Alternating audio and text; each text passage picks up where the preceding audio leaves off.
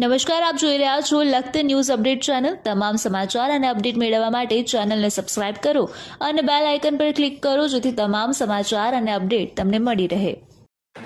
નગરમાં 78માં સ્વતંત્રતા દિવસની ઉજવણીના ભાગરૂપે તિરંગા યાત્રાનું આયોજન કરવામાં આવ્યું। ભારતીય જનતા પાર્ટીના કાર્યકરો સહિત મોટી સંખ્યાની અંદર લખતર તાલુકા મથકમાં આવેલી જુદી જુદી શાળાના બાળકો પણ આ યાત્રામાં જોડાયા। આ યાત્રા ઉગમણા દરવાજાથી ચાલુ થઈ અને તે એપીએમસીની અંદર જ્યાં 78મો સ્વતંત્રતા દિવસ ઉજવવાનો છે, જ્યાં જિલ્લા કક્ષાની ઉજવણી થવાની છે, ત્યાં પહોંચી હતી।